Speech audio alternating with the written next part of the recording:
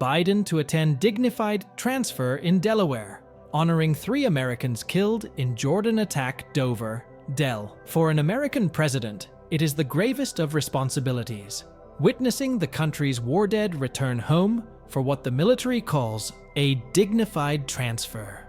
President Joe Biden will attend his second as commander-in-chief on Friday, honoring the 3 American soldiers killed in a drone attack in Jordan last weekend as their remains arrive back on U.S. soil. They risked it all, Biden said, a day ahead of making the trip to Dover Air Force Base in Delaware. No, the occasion isn't a ceremony, according to the military's language, nor are the flag-draped boxes that arrive to Dover coffins.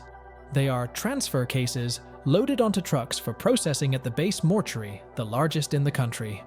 The precise vocabulary, briefed to reporters who attend the transfers, is an extension of the mournful precision that unfolds nearly identically on the tarmac every time a U.S. service member dies in service of the nation.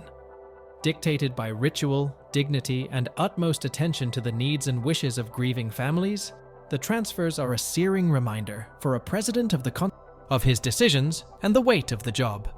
They have become rarer as the U.S. winds down the foreign wars that defined the first decades of the century.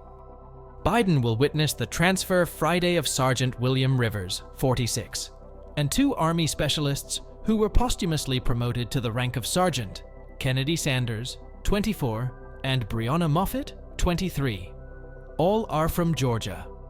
Related: widow mourning loss of New Jersey soldier killed in Jordan drone attack. The U.S. has yet to retaliate for the drone attack in Jordan that left the 3 Americans dead, though it has pinned blame on an umbrella group of Iran-backed militants in Iraq.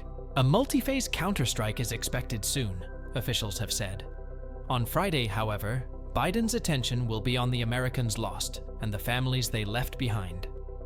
His schedule has allowed more than an hour midday to meet with the families of the fallen Americans, alongside the First Lady Jill Biden, Defense Secretary Lloyd Austin, and Chairman of the Joint Chiefs of Staff General C.Q. Brown.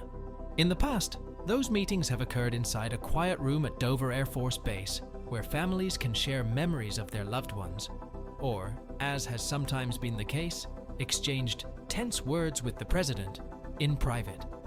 After, the president and those accompanying him move outside to the tarmac, where the military plane carrying the remains of their loved ones awaits. Also see: enemy drone that hit U.S. base in Jordan, possibly confused with American drone. Officials say the families are brought onto the tarmac and positioned a few hundred feet from the plane. A bus shields them from view of the media. One by one, the cases are carried with practiced, solemn precision by teams of 7 from the bay of the military cargo plane and onto waiting gray mortuary vans. The transfers occur in near silence, the hum of the plane's auxiliary power pierced only by occasional sobs from family members watching nearby and an officer's calls to present arms when cases emerge. Once the remains are transferred from the plane, they are driven to the base mortuary, prepared for burial, and transferred onward.